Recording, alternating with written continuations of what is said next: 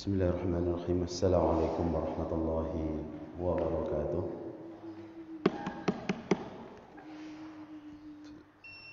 Alhamdulillahi rabbil alamin. Wa bihi nasta'inu ala umuri dunya waddin. Asyhadu an la ilaha illallah wa la syarika lah. Wa asyhadu anna Muhammadan abduhu wa rasuluh. Sallallahu alaihi wa ala alihi wa ashabihi wa man tabi'a hudahu bi ihsanin ila yaumiddin. Amma ba'du, fa ya ikhwatal iman, azani Allah wa iyyakum ajma'in. Usikum wa nafsi bi taqwallahi azza wa jalla, faqad faza al-muttaqun. ثم قال المؤلف باب حق الجار والوصية به. Bab yang menjelaskan tentang hak tetangga dan wasiat yang berkenaan dengan tetangga.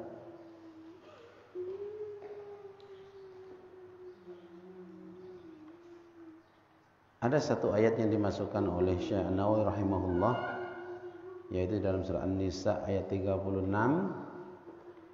Allah Subhanahu wa taala berfirman, "A'udzu billahi minasyaitonir rajim. Wa'budullaha wa la tusyriku bihi syai'a wa bil walidaini ihsana wa bidzil qurba wal yatama wal masakin wal jari dzil qurba wal jaril junubi was sahibi bil jambi wa ibnis sabil wa ma malakat aymanukum."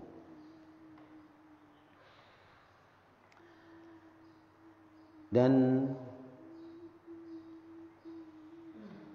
beribadalah kepada Allah, sembahlah Allah, dan jangan kamu menyekutukannya dengan sesuatu apapun.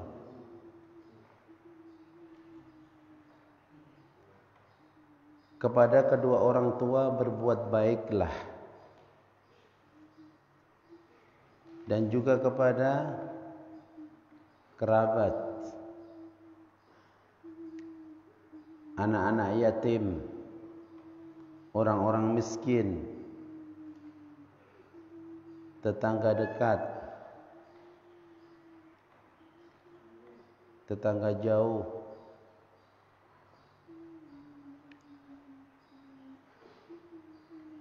sahabat, ibnu sabil, budak-budak yang ada di di bawah tanggungan kalian.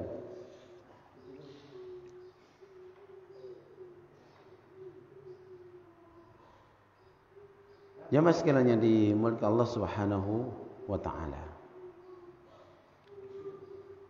Ini ayatnya dimasukkan Syekh Nawawi rahimahullahu taala. Jadi sebelum kita bahas ini, al-jar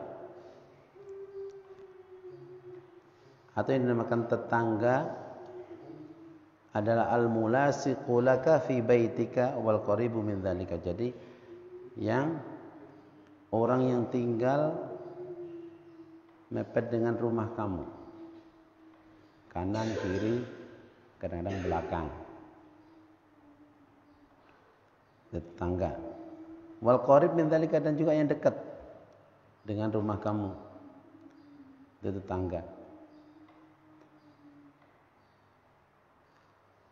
Sebagian asar menjelaskan bahwasanya jar yang dimaksudkan arba'una daran kull janib, 40 rumah yang ada di sekeliling kamu itu masuk tetangga. Ke kanan 40, ke kiri 40, ke depan 40, ke belakang. Misalkan seperti itu. Kalau yang mepet rumah kita enggak perlu diragukan, itu adalah tetangga.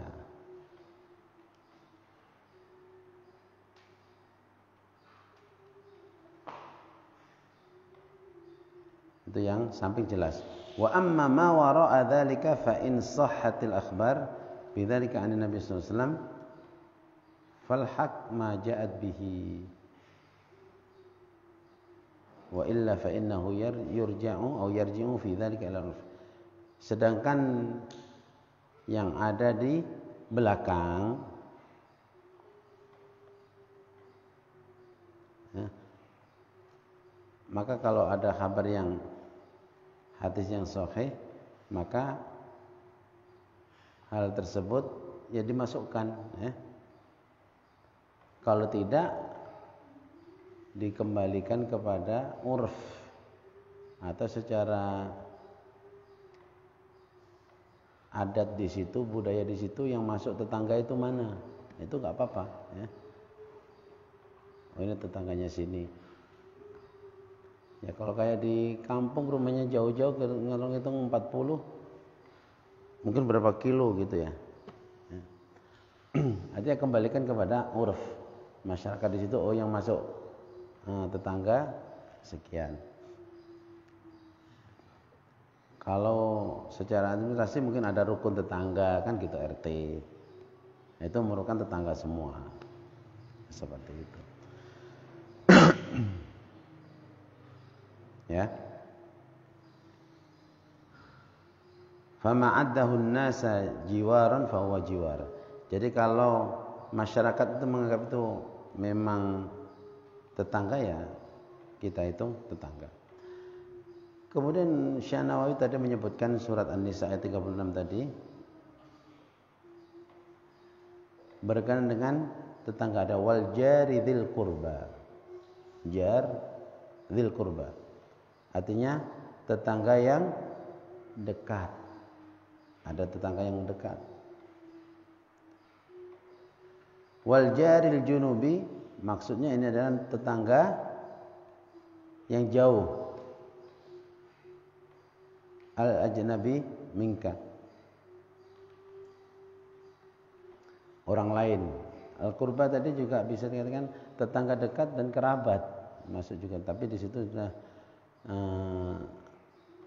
wal jari dzil qurba, tapi wa bidzil qurba sudah disebutkan. Nah, tetangga dekat dan tetangga jauh seperti itu ya. Para ulama mengatakan tetangga itu ada 3. Tetangga ada 3. 1, tetangga dekat muslim. Tetangga, kemudian qarib, kerabat, dan dekat juga muslim, dan dia seorang muslim. Maka orang seperti ini berhak mendapatkan hak tetangga, juga hak kekerabatan dekat, kedekatan, dan Islam. Ada 3 yang dia dapat. Sudah dekat, muslim, tetangga lagi. Yang kedua, tetangga muslim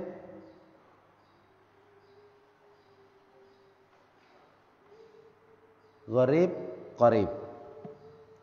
Gharib artinya asing, bukan kerabat.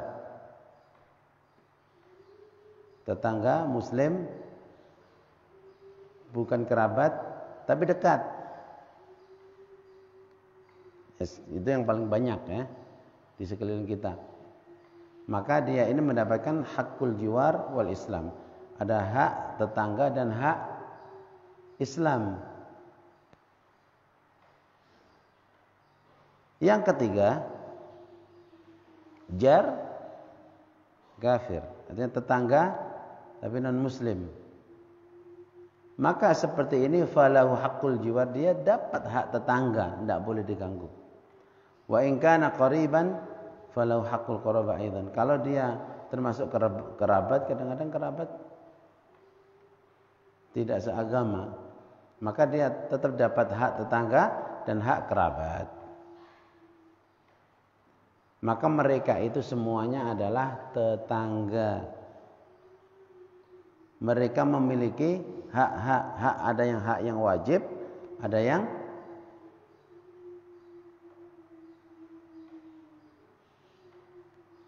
wajib untuk kita meninggalkannya. Artinya tidak boleh mengganggunya dan seterusnya.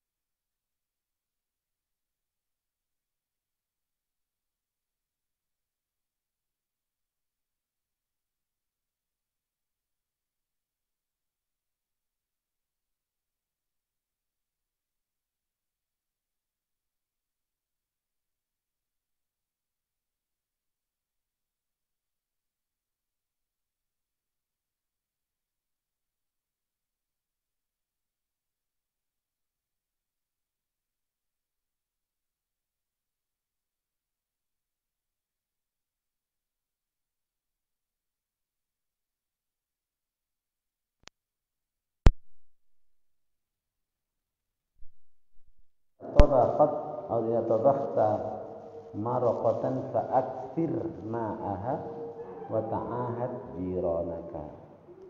Kalau kamu masak, biasanya masak daging, maka kasih banyak kuahnya.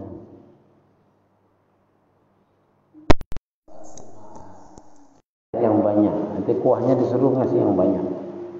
Wa ta'ahad jiranaka, artinya jangan lupa tetanggamu dibagi juga. Kalau kuahnya sedikit kan susah baginya. Kalau kuahnya banyak, walaupun dagingnya enggak banyak, semangkok ada kuahnya, ada dagingnya juga, gitu kan? Ya.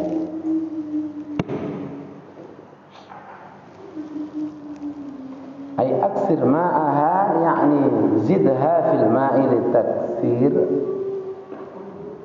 wa litaksura aw lituksir wa tuwazzi'u ala jiranika, agar kamu bisa membuat banyak kuahnya dan kamu bisa membagikan kepada tetangga-tetanggamu dari masakan tersebut. Dan memang kuah itu marak yaitu kuah ya, al-maraqah itu biasanya memang untuk daging gitu ya, untuk masak daging.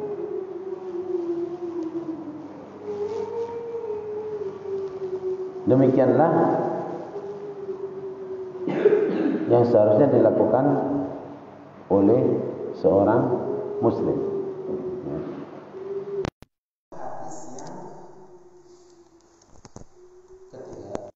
Hadis dari Abu Hurairah radhiyallahu anhu, atau hadis-hadis paling banyak dari Abu Hurairah, maka di dalamnya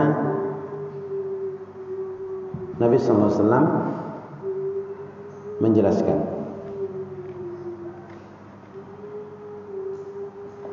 ya, sampai Rasulullah bersumpah 3 kali, wallahi la yu'min, wallahi la yu'min, wallahi la yu'min. Demi Allah tidak beriman seseorang, atau tidak sempurna iman, sampai 3 kali bersumpah. Artinya ini adalah sesuatu yang sangat luar biasa.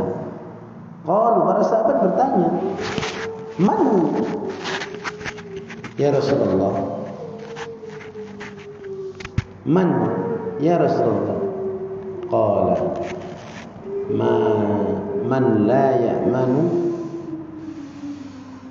jaruhu bawa'iquhu, siapa saja yang tetangganya merasa tidak aman. Dia ada di situ, tetangganya merasa terganggu. Ya. Macam-macam terganggunya.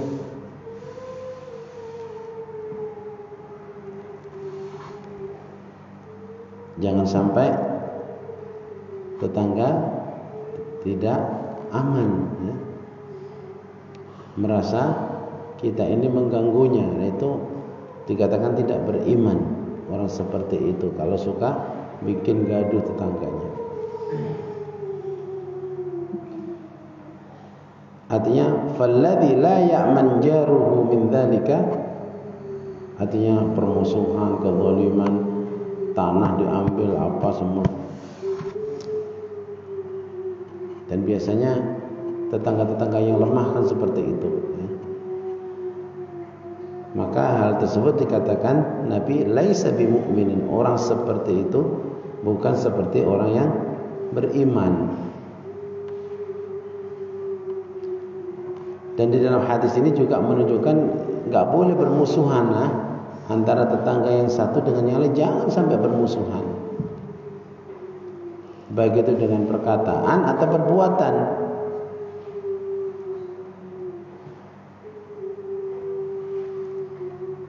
Kalau dengan perkataan bikin bising. Contoh apa? Ya dia mau senang dengerin apa, disetel kenceng-kenceng di situ, tetangganya sampai terganggu, itu sudah mengganggu dari sisi perkataan. Seperti orang nyetel radio, nyetel musik, nyetel TV dan lain sebagainya, kenceng banget. Kalau anak muda kadang-kadang knalpot, itu kan mengganggu. Itu contoh dengan suara atau perkataan. Nah, semua itu tidak diperbolehkan, artinya tidak halal. Bahkan seandainya dia nyetel puter apa?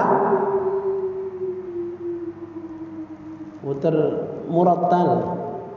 Ya, dengar apa? Baca Quran, tapi baca Qurannya keras-keras sehingga tetangganya terganggu. Itu aja juga tidak boleh, apalagi yang lain. Ini mentang-mentang namanya santri hafal Quran semua. Ya. Tengah malam pergi ke masjid, kemudian diputer. Bagus nggak Qurannya? Bagus, tapi dia ganggu, jadi nggak bagus, nggak boleh. Al-Quran itu tidak dibuat untuk menyakiti seseorang, apalagi yang lain. Nah ini aneh. Hatta billah wa huwa mimma yuz'ijul jiran bi sautihi, sampai seandainya dia membaca atau memutar ayat-ayat Al-Quran yang mana itu membuat gaduh tetangga dengan suaranya tersebut, maka orang ini dikatakan mu'tadin alaihim, orang yang mengganggu tetangganya. Ini juga tidak halal. Adapun dengan perbuatan, contoh dengan perbuatan yang ganggu apa?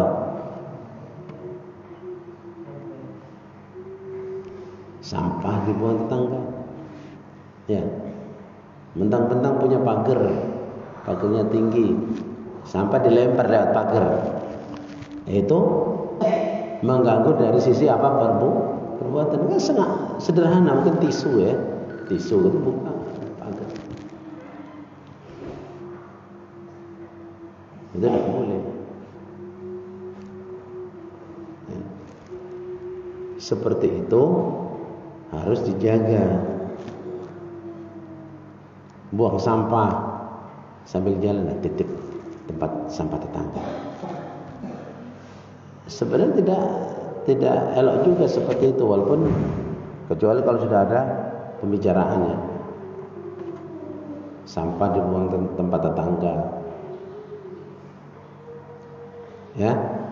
Nah, itu perbuatan tidak boleh. Atau umpamanya sudah tahu tetangganya di ujung, ya, nggak dikasih jalannya dipersempit, sampai motor aja nggak bisa masuk.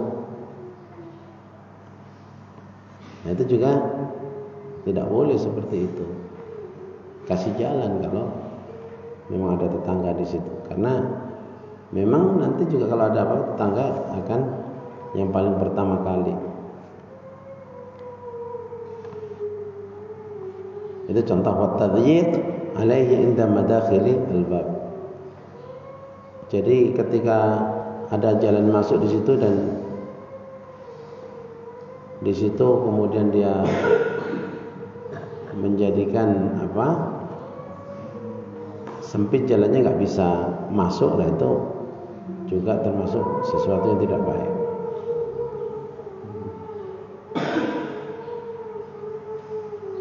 Begitu juga kalau punya tanaman. Nah, kalau di Arab ya tanamannya kurma gitu ya. Kalau kita mangga, umpamanya kayak gitulah. Semisalnya duren kalau di sini ya, tapi jarang duren tanam di rumah.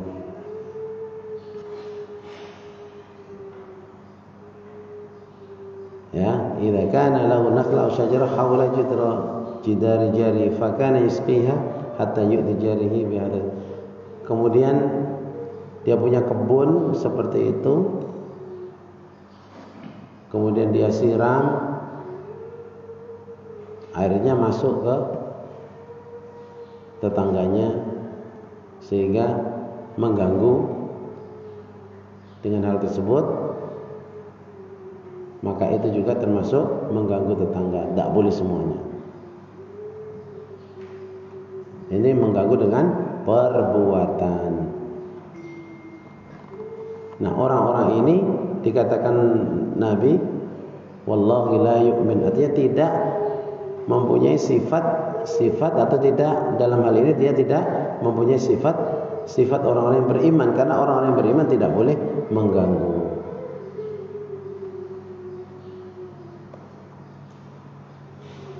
Nah, ini beberapa hal yang perlu kita pahami bersama tentang hak tetangga.